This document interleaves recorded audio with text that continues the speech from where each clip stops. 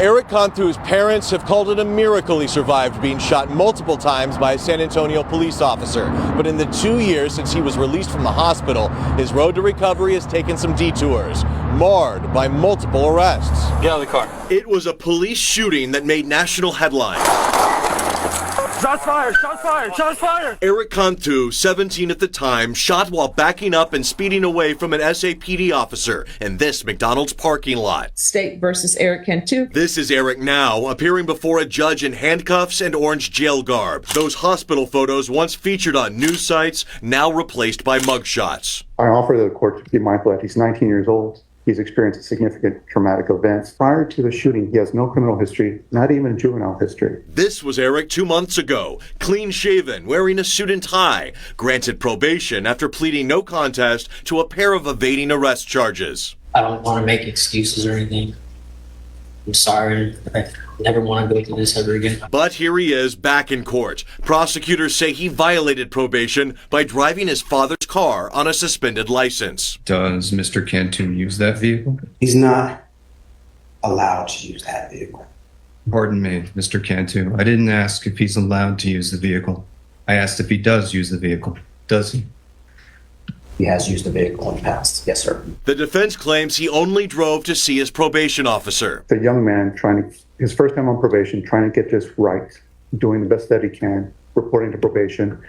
He just went about it the wrong way. Your Honor, considering the relative rapidity with which Mr. Cantu is alleged to have violated the conditions of his supervision, it does not seem that Mr. Cantu is very good at, shall we say, following rules. To get him out of jail, his family will need a more affordable bond, somewhere around $10,000, since they say lingering injuries from the shooting prevent Eric from having a job. PTSD, severe anxiety, paranoia. In the end, the judge wasn't moved. In each cause number, the court will set your bond at $30,000. The court will order full GPS, and the court will waive the fees for GPS. Eric Cantu will next appear in court December 10th, when the judge will decide whether to revoke his probation. I'm Robert Price reporting. End of flashback. Let's roll, nerds.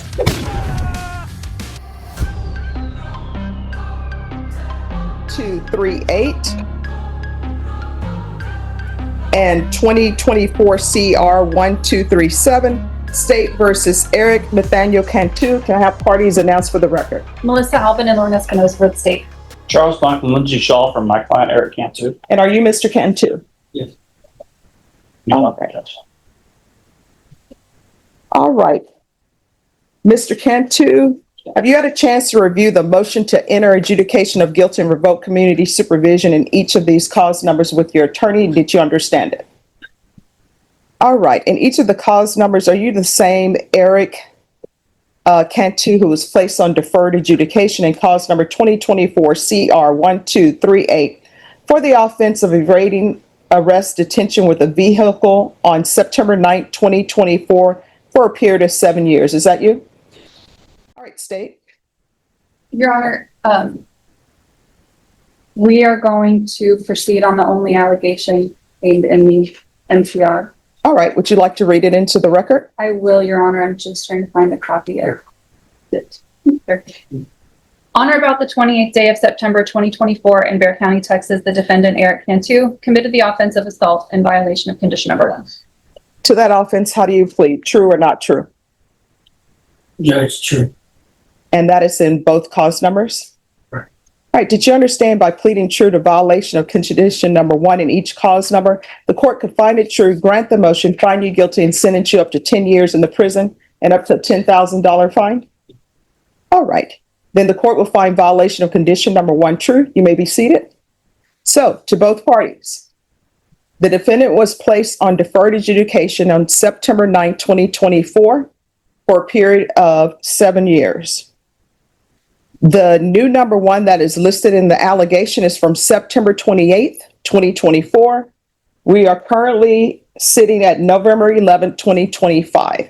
So the court's question is, this new number 1 that is in the motion to revoke that the defendant has pled true to, why is this just not being brought at this late date. And the court will note that the motion to enter adjudication of guilt was filed on September 23rd, 2025. So you have something where the defendant has pled true from September 28, 2024.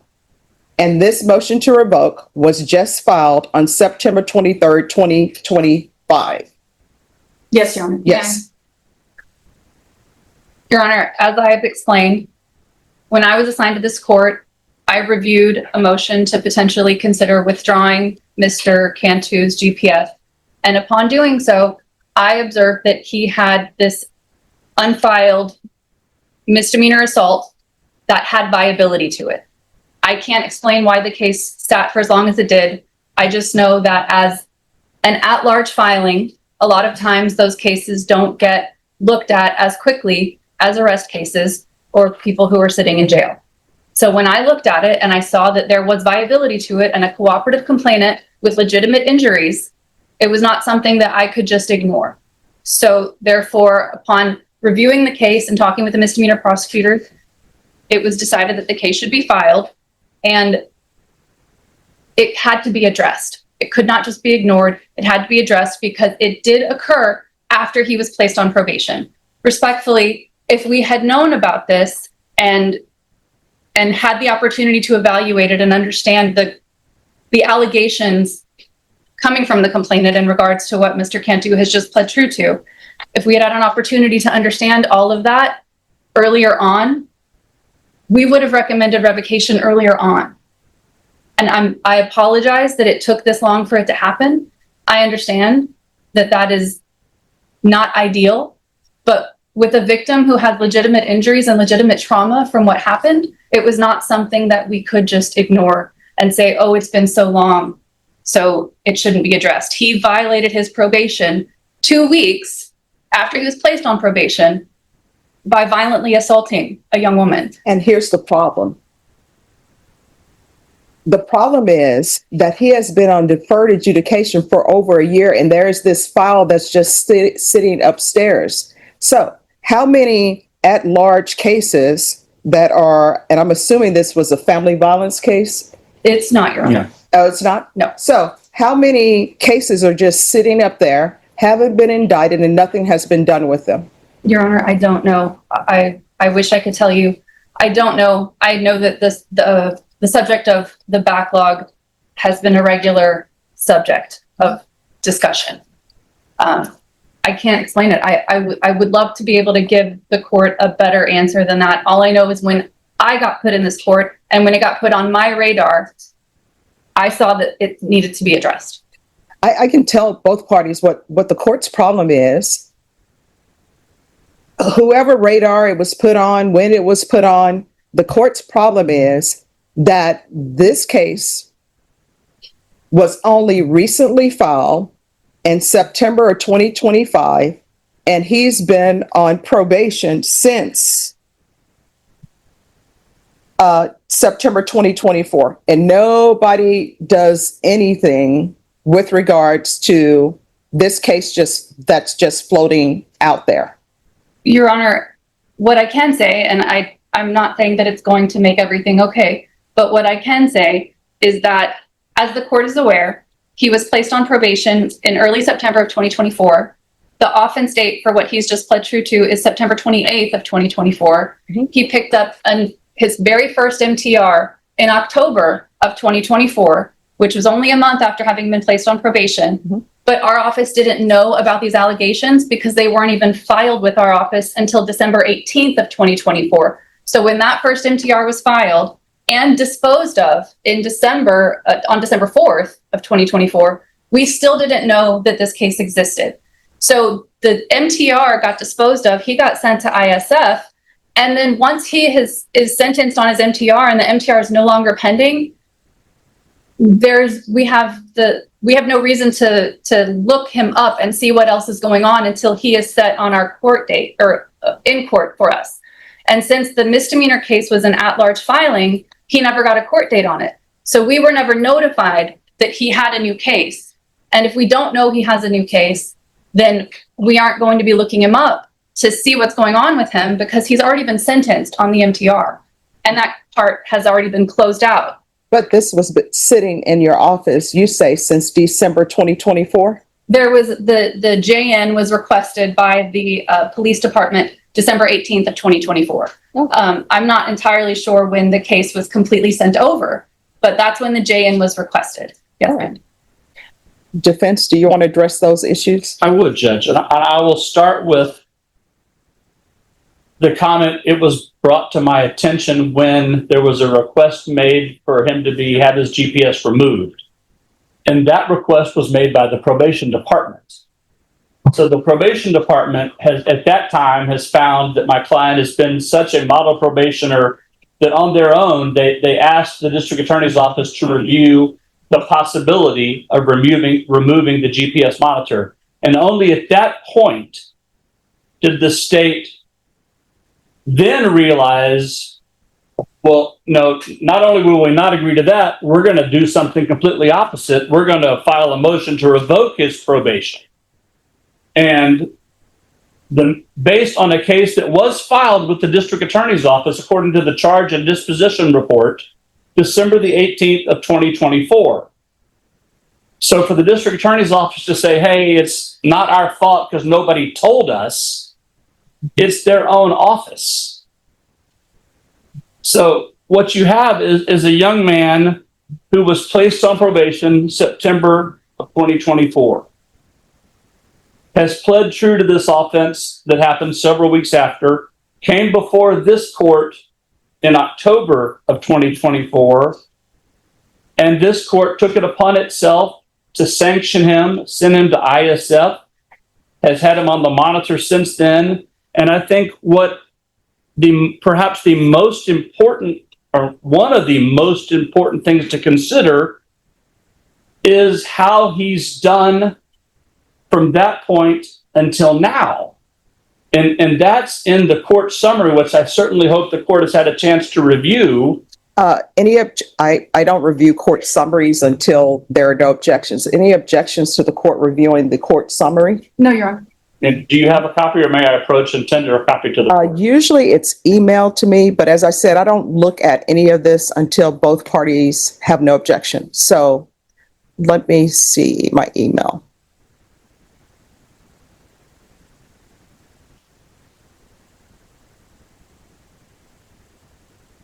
All right, I do not have the court summary. May I approach? Oh, you know what? Actually, it is here. I'm sorry. It was thank you, Ms. Abrams. It was the last attachment. All right, just let me review this.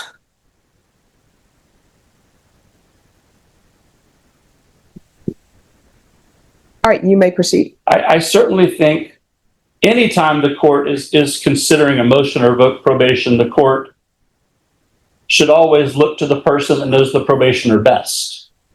And in this particular situation, that would be the probation department, who has, at the direction of this court, made upwards of 11 home visits, monitored him closely, and has made a recommendation to continue, and has justified their recommendation with what I would consider a lengthy justification based on behavior that has shown him to be an individual that, when he was before the court in October on the MTR, took the court's words to heart, went to the ISF. When he was at the ISF, was a model performer there, came out and has learned and performed, frankly, magnificently on probation. So not only do you look at how long ago this was, and the fact that the state, for whatever reason, chose not to file the MTR on their own, and then also look at, well, probation, knowing what the new number one is, because clearly they do, but more than Ms. Albin, the probation department knows Mr. Cantu. Knowing what the allegation is, it's still their recommendation to continue him on probation. And they justify this based on his behavior and his performance with the probation department. And I certainly think the court is aware that if probation had a concern about his ability to perform or a concern about his ability to be a good probationer, they would voice it and you would see it in this report. But to the contrary, this might be the most glowing court summary I've seen in quite a while for someone. And I think that's certainly something I hope the court will consider.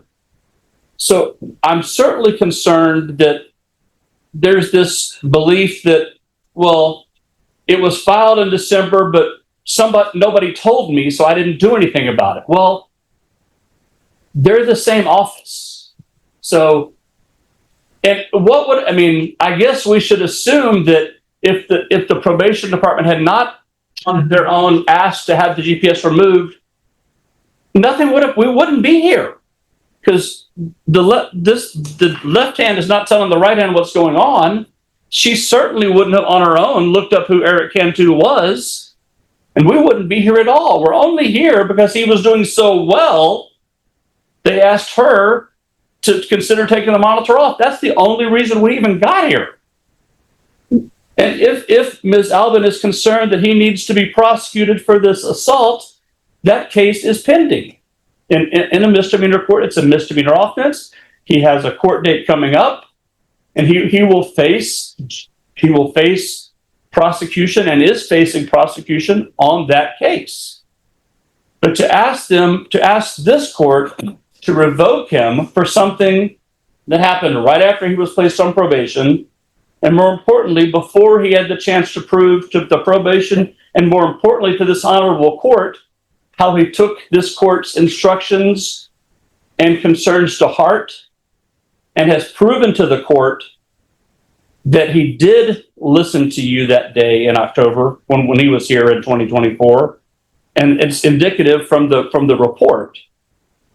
So I don't see how the court, I hope that the court doesn't justify revocation on something that happened over a year ago, before he had the opportunities the court gave him to improve himself and learn that where he was in a bad place. And the court is aware of the trauma that Mr. Cantu was facing then. Certainly he was the victim of a terrible, terrible situation at the hands of San Antonio Police Department. And I think, I know that the court talked to him about that on that day. They spoke about you and he spoke about it frankly, as I recall. And he took those words to heart. And I think that this justification by the probation department tells the court that he did listen. And he is taking probation very seriously. And I just don't believe that it's right for the court at this time to consider revocation for something that the only reason is we just didn't know it was there, when we know from the charge and disposition report, this thing was filed with the district attorney's office December 18th of 2024. That's not when the JM was requested, that's when the C&D was filed. So their office had it. And just, it's unfortunate. It's just not, I don't think that's the way things should happen. I disagree with Ms. Alvin that there was not an opportunity prior to September the 28th of 2025 for anybody to do something, 22nd of 2025. So I'm asking the court to listen to the individuals who know my client the best regarding his probation, and that would be the probation department. I ask you to follow their recommendations, continue to monitor. I ask you to read closely the justification they give you for why they're recommending that. And I'd ask you to deny the state's motion to revoke. Thank you. Thank you. May I respond to him? Just a moment. So this is what I want both parties to know. The defendant was placed on deferred adjudication. He came to the court on a motion to revoke. With regards to the motion to revoke, both the state and the defense at that time and probation asked the court not to revoke. They asked the court to deny and alter and amend and give certain conditions. Whenever I set conditions, I'm setting those conditions, hopefully so someone will turn their life around, hopefully so one will succeed. Some people always say my conditions are too many, but I provide people with conditions that are supposed to make them think about the reasons they're here, internalize it, and do better. Now, what I'm looking at, since that motion to revoke has been filed, that the court sentenced him to ISF, he successfully completed it. The court keeps him on GPS, so he's still on GPS. I ordered that he complete parenting class. According to the court summary, he completed that. There was a request for him to take the aggressive driving course. He completed that. The court has placed an order that he's not to drive. I haven't received any information since that first motion to revoke that he is driving. The court ordered him to provide proof of employment, and as both parties know, that's normally no employment as a home healthcare provider or with minors. And based upon what I'm seeing here, he has completed that. And probation is recommending that he not be revoked, that he be continued to be monitored. And the fact that I have this case here and another judge just had me, and it's, I should say justice now, Justice Velia Mesa, asked one of her students to send me questions, sort of an interview, and to answer those questions. And the first question was, how do you as a judge deal with cases where there's publicity involved, right? And I wanted to send them a simple answer, but then I'm like, they probably wanted more detail about the judicial canons of ethics and all of that. But for the court, I don't take publicity in any consideration because I'm supposed to be objective. I'm supposed to be fair. I'm supposed to listen to both sides and make a decision on whether or not someone should be revoked or not revoked. So I want both parties to know that I don't consider whether a case is publicized or not. I just listen to whatever is presented to me, and I make a decision based upon the evidence that's presented to me. And with regards to motions to revoke, whether or not I revoke someone after a finding of true, that's really within the court's discretion. And State, my understanding, you wanted to respond? I just wanted to say a few things in response Sure. to what Mr. Bunk said. Mr. Bunk said that probation is basically describing his client as a model probationer. And I don't disagree that they are saying he's been doing well since his first MTR. Yes. But they don't know the extent of what he did to Janie Lopez. Mhm. Nobody knows the extent of what he did to her except for her and the prosecutors that have been working on it now. And she deserves her justice as well. And so that is, while it is true that he has been doing better, I'm not saying that he hasn't. That doesn't negate what he did. And for Mr. Bunk to say that we wouldn't be here if they didn't put a GPS removal in front of me, we maybe wouldn't have gotten here as fast. But when the misdemeanor case got filed, that generally triggers a motion to revoke. So I think that it's very likely we would have gotten here maybe a little later because Ms. Lopez is cooperative and does want him held accountable for what he did to her. And let me ask you this. When is the first time that the district attorney's office reached out to the complainant in that case? The first time I saw a note about it was August of 2024. All right, August 2024. Yes, ma'am. And I'm assuming that when the case came to the state, it would have had the complainant's name and the accused name, and nobody did anything. Everybody just let it stay there. And I understand that it's not you. And I want the record to be clear. I understand that prosecutors who are in court Normally, they're not indicting the case. They just end up with the case that's been indicted. I know that's why sometimes there's certain discovery that maybe you would want to be in the file is not in the file because you didn't indict it. And I know that you are not the prosecutor who looked into the case from 2024 with this complainant. I know none of the prosecutors in this court looked into this case with the complainant from 2024. So I understand, and the court is not blaming you for any of that. I understand, Your Honor. Okay. So, to the complainant, I understand that and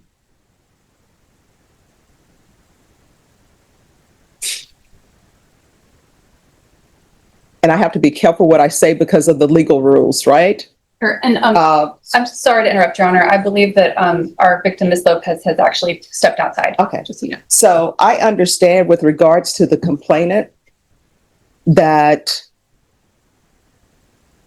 it would have been great for them and better for them if this case would have been addressed when it happened, anytime in the year of 2024. But that hasn't happened. And I have to look at cases objectively. And objectively, should he receive some sort of punishment in this case for that? Yes. But should it be a revocation? I don't think so. So, Mr. Cantu, sometimes I can give people choices. Sometimes I cannot give them choices. Here are your choices, and you only have two. Don't ask me for a third. Number one, you will be found guilty on these cases because whether or not the state waited so late to file this or not, it should have been filed. You know that. I think your attorneys know that, and the state knows that. So I will find you guilty. I will continue you. You'll continue on your GPS. Do not ask me to remove that GPS. And I will sentence you with an underline of 10 years and place you on probation for 8. Or I will revoke you on both of these cases, run them concurrent, because legally I must run them concurrent, and I will sentence you to 4 years in the prison. Do you want to talk to that with your attorneys? Counsel, you want to speak to him about that? Yes.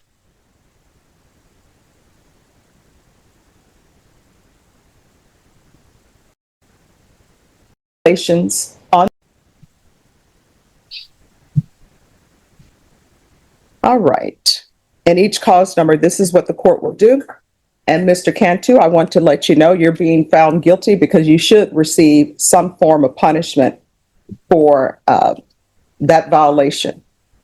And one of the only reasons why you're not in prison with regards to this violation is because the state waited a whole year to file it. You understand?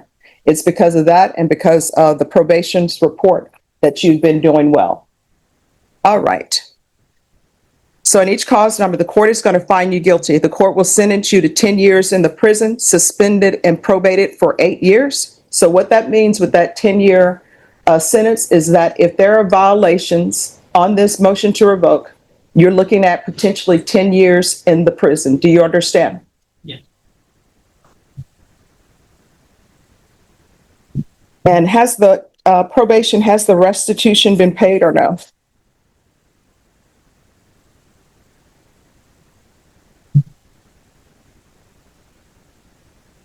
And has the also has the fine been paid? But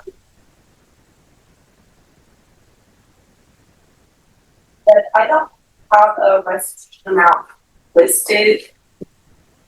All right, we'll need to set this for a hearing then to make sure if there's any restitution that is paid.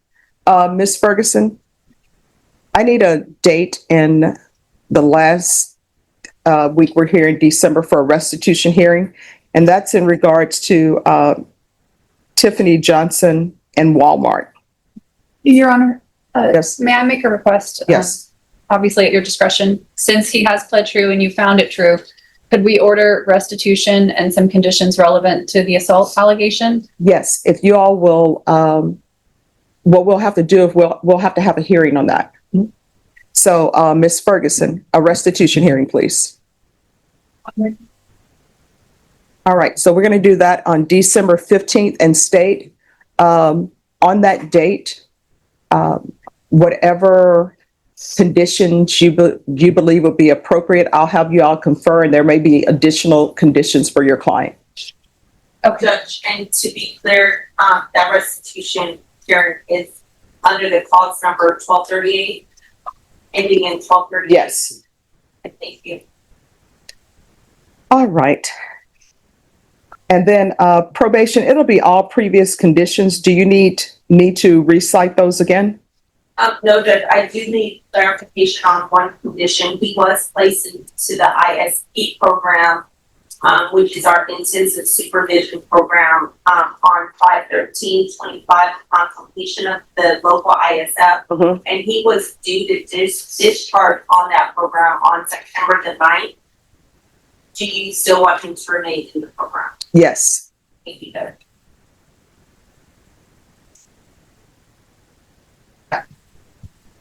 And state, what is the cause number for the misdemeanor?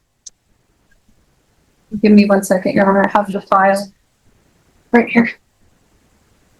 And there's to be no contact with the complainant in that cause number. And the no driving still stands.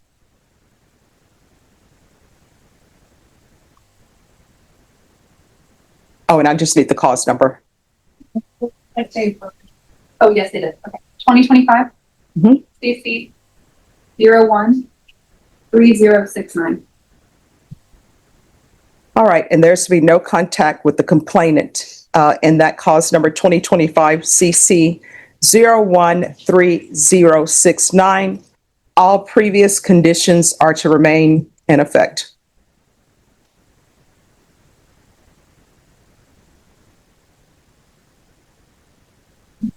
Judge, just so that I'm fully aware, the GPS, I believe it's partial For employment, for employment purposes only. yes, And his Medical. medical appointments. yes. Thank you.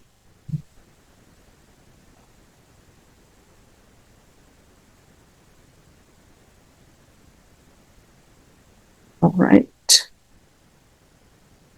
And then in cause number 2024 CR 1237.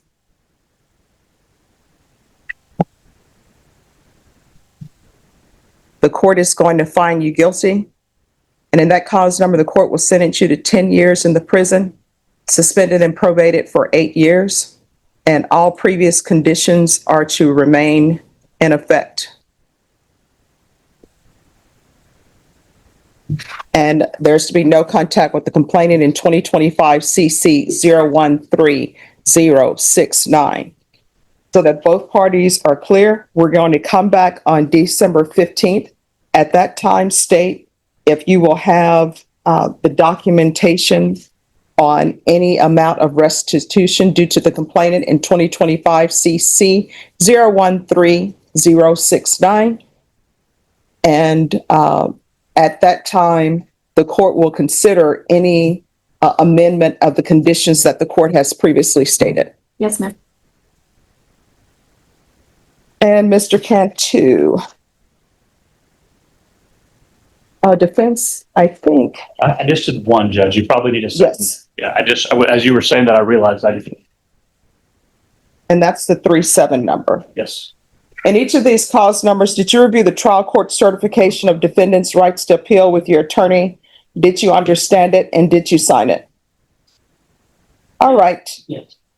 In each of the cause number, you do have a limited right to appeal, and that right to appeal is as it relates to the allegation in the motion, not the fact that you are on deferred adjudication. Because these are felony convictions, you're not allowed to own or possess any weapons or ammunition. If you have a question over what that is, you'll need to speak to your attorney. Do you understand? Yes. There you are. Thank you. Is there anything else before we go off the record? Not from the state, Your Honor. Not from the defense. All right, thank you. We're going to be in recess. What time should we do? That's all, folks.